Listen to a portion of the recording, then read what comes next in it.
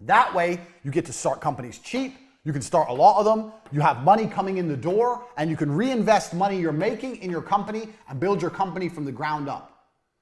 Every company I ever made, including T2 Television, was done this way. When I got my first deal for T2 Television, I had a BlackBerry and a business card. And I went to their office and I signed the deal. I had a business bank account that was free. No tax incorporation, nothing. They paid me and I used that money to buy an office. Done. I started a television advertising agency like this. I didn't get an office first. Office, staff, computers, desks. I didn't have any money. I had the 12 grand from the commission, but I was saving that for myself in case it all went wrong. I could have blown my whole 12 grand and set up the office. But no, I bought a laptop. I had a laptop. I bought a BlackBerry, had a business card, landed my first deal, and set up my whole business off of money already coming in. And if you can do that with an advertising agency, you can do that with nearly anything. This is television advertising. This is like premier shit back in 13, 14 years ago, before the internet was big almost. Everyone wanted to be on TV. That's how you start companies. I started an advertising company with a fucking BlackBerry. This is how. This allows you to start more businesses and allows you to see what's viable and what's going to make money and what isn't without risk. It's extremely important you approach businesses this way and not businesses this way. It is extremely important. Get this in your head. These first 3 lessons about speed, about money in being priority over everything else, and about starting businesses with this focus as opposed to the cost focus, money in as opposed to fulfillment, that's good. I've already taught you more than you're going to learn about business anywhere else. That's key, because if you do things this way, it's very hard to have a monumental fuck up. It's very hard to lose money. And also, now you can start nearly any company. You can start nearly any business. Give me a business. Name something completely random. A record label? A record label. You want to start a record label. So, record label, what do you have? You have, this is completely on the fly, record label. So, let me wipe my board. This is completely on the fly, unprompted. We're testing my business genius for the Hustlers University. Let me clear my beautiful diagram here. Right, so how does a record label make money? Make. We have make and we have costs. So a record label makes money by selling records, correct? I've never run a record label, so I might be wrong. So you have to sell records. Now, a record label is a digital product, so it's actually harder than makeup, because how can you sell records you don't have? So what I'd be looking to do first thing is test my distribution channels. So costs, you need to find records you can instantly supply, unlike a makeup company. So you need to find artists which are, I wouldn't say struggling, but there's certainly, you need to go out there and find some artists which don't want money up front. So you need to work out some kind of commission deal with artists and say, look, we're gonna give you X amount on the basis of the sales. So you have to find, we're gonna put broke boys. Because it doesn't, you know what, at this point, especially with a record label, although you need good quality artists to have a good reputation as a record label, if you have shit ones at the beginning, it doesn't really matter. If you have some shit ones and you sign Rihanna later on, is anyone going to be like, oh, they have Rihanna now, but 3 years ago they had that crap band no one's heard of? They ain't going to care. It's not going to damage your reputation. So at this point, you can just get broke boys. Get broke boys, offer them a commission deal to make to try and sell records. So let's say we're selling a record for £1. Let's say it's a 50-50 split, 50-50. Now you've got distribution channels. How are you going to sell the records? Where are you going to sell them? Apple Music, Spotify, whatever. You have to test the distribution channels, test them out. Test out an independent distribution channel. So let's say you do all the traditional distribution, traditional stuff. And let's say you want to try and sell some stuff independently. So let's say you start a website or you go on, is MySpace still even a thing for music? No, what's the other one? SoundCloud or something like that. Yeah, so there's a few other abstract ways you can try and sell money. You can try and sell records. Let's say through their own website or through SoundCloud, through some of the other ones. You can try some abstract methods. Now here's what I would do. I'm running a record label. I find broke boys. Broke boys agree to go a 50-50 split. I promise to sell loads of records.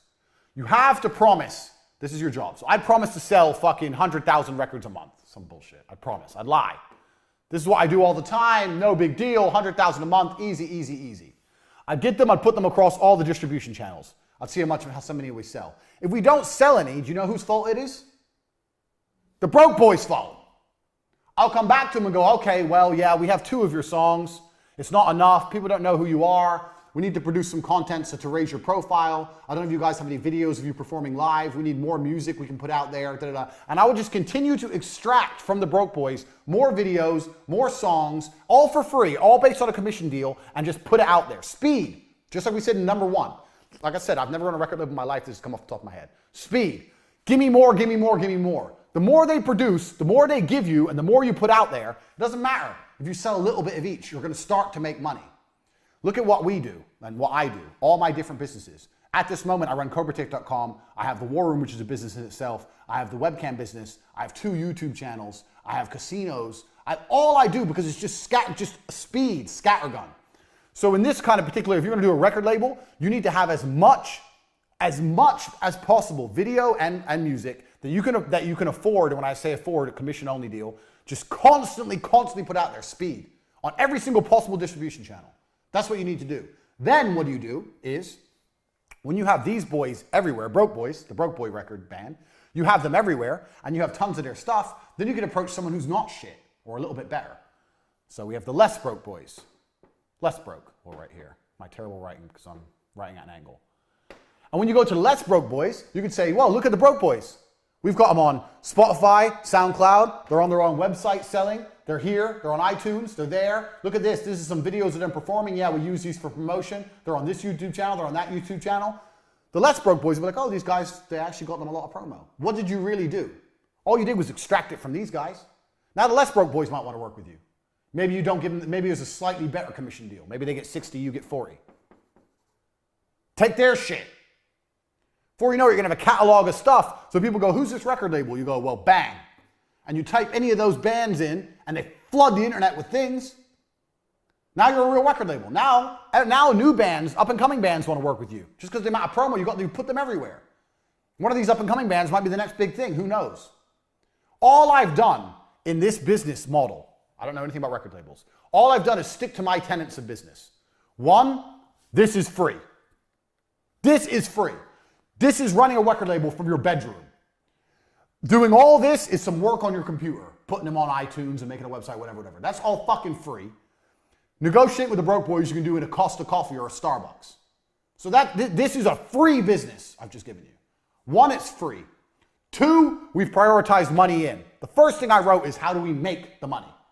How do we make the money? We sell records. Okay, so we need this, we need this, we need this. Prioritize making the money. And the third thing I did was speed, quickly. Get out, get out, get out. Tell the Broke Boys to make more. Tell the Broke Boys to start a daily vlog of them recording. A daily vlog of what it's like in the band. Start putting that on a YouTube channel. Speed, speed, speed. More, more, more. Give me content, non-stop. Speed. All I did was stick to my 3 basic business principles. Now, imagine you try this for 6 months and it doesn't work. Have you lost money? No. What did you lose? You didn't have a big fancy office. You didn't lose nothing. What's the worst that can happen? What's the worst that can happen? Nothing. And that is the exact point I'm trying to teach here. If you stick to these 3 tenets in nearly any business, you'll launch it for basically nothing, and nothing can go wrong. Nothing can go wrong. Point 4. Let me clear my board. Let me get some hot chick. I'm going to sit here and wipe the board. In fact, let me message a female right now. Sorry, bear with me. Let me get a member of staff. Right. Point 4. Staff. Now, this is going to be a controversial one, but bear with me. If you're watching so far, you should have learned a lot, because we're just getting fucking started. We have 100 business points to go through. We're on number fucking 3. Number 4, family and friends are actually the best staff you can possibly get.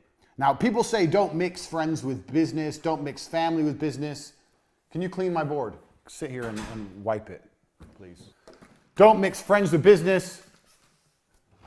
Get that shit off. Don't mix friends with business. Don't mix family with business. That's a lie. So the reason people say this is because people are dickheads and they can't get along with anyone. They can't get along with anybody long enough to make any money. But I guarantee you have family members right this second who can make you money. I guarantee you have a 15-year-old niece, nephew, cousin, brother, whoever, who knows more about computers than you do. I guarantee there's a 15-year-old out there with nothing better to do who knows more about Photoshop than you do right now. His stupid ass needs a job. So you can start a company right now. You can call up all your cousins. One of my cousins works for me. My brother works for me. One of your cousins, nieces, nephews, whatever, some 15, 16-year-old who's in school and bored, and say, we're starting a company. I'm going to make you a director. You're going to have 10% of the business. You're going to do everything I say. And by the time you're 20, you're going to be rich. Not bad.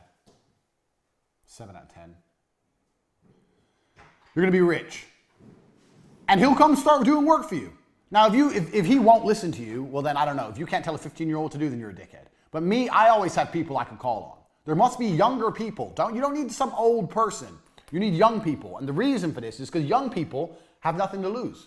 If you hire a 30-year-old man, he has to pay his rent. He hasn't got time to waste. He has rent to pay. He has a car payment to pay, whatever. A 15-year-old, he has nothing. All he does is play video games. So if the business fails, who cares? He has nothing to lose. So why don't you utilize him? You must have friends or family members who are young enough in a position that they have time to waste. Don't hire people who can't afford to not pay their rent. Hire people who live for free. If you have friends and they have a kid, go to your friends and say, your kid's 15, he's good with computers. Yeah, I'm thinking of starting a company. I'm thinking of letting him work with me for free at the beginning, see if he's good, and if he's good, I'll start paying him. They'll love that. They'll love the idea of their son or daughter getting some enterprising work. Yeah, good idea. What's the business name? Bang! There are effectively free workers everywhere. And if they're not free, they're extremely cheap. And they're everywhere. You just don't utilize them. So now, let's think of you own a website business. I don't fucking know website business. Let's say you don't know, like you're me. I don't know anything about building websites. You want to start a website company. It's oversaturated. I wouldn't recommend it, but let's say you start one. You go and you find a 15-year-old and you tell his ass to learn how to make websites. You convince him it's a good idea, and then you start taking money and you give it to the 15-year-old. You're a middleman now. The 15-year-old works for free. You can do websites cheap now. You can do websites for $300. I'll do an entire website for $300. Half now, half when it's done. People are like, $300 for a website? Yeah. $150 now after it's done. Take $150, give $50 to the 15-year-old, tell him when he's done he gets another $50. $100 for him, $200 for you, you ain't done shit, boom, wham, bam, done. He can even start your company website for advertising at the beginning for free. Bang, you have free workers out there. Find young people, because young people can afford to work for fucking nothing. You trying to find members of staff that have mortgages and fucking pension plans, that's expensive. The best staff you can find are young people. And in most cases, young people know more than the old people anyway, especially about technology and stuff. Young people are fantastic. I love hiring 18, 19-year-old kids. They know fucking more than me about fucking TikTok, Instagram, all the blah, blah, all the shit that's big. They know more than me. I'm 33, I'm not even old. These kids are sitting there going, we need to do this and this and this. I'm like, go then. They're like, how long is it going to take? They're like, a week. I said, no, it's going to be ready tomorrow. Tomorrow, show me it. Done. Don't piss me off. Go. Speed, back to lesson 1. Bang. So you already have workers for your business.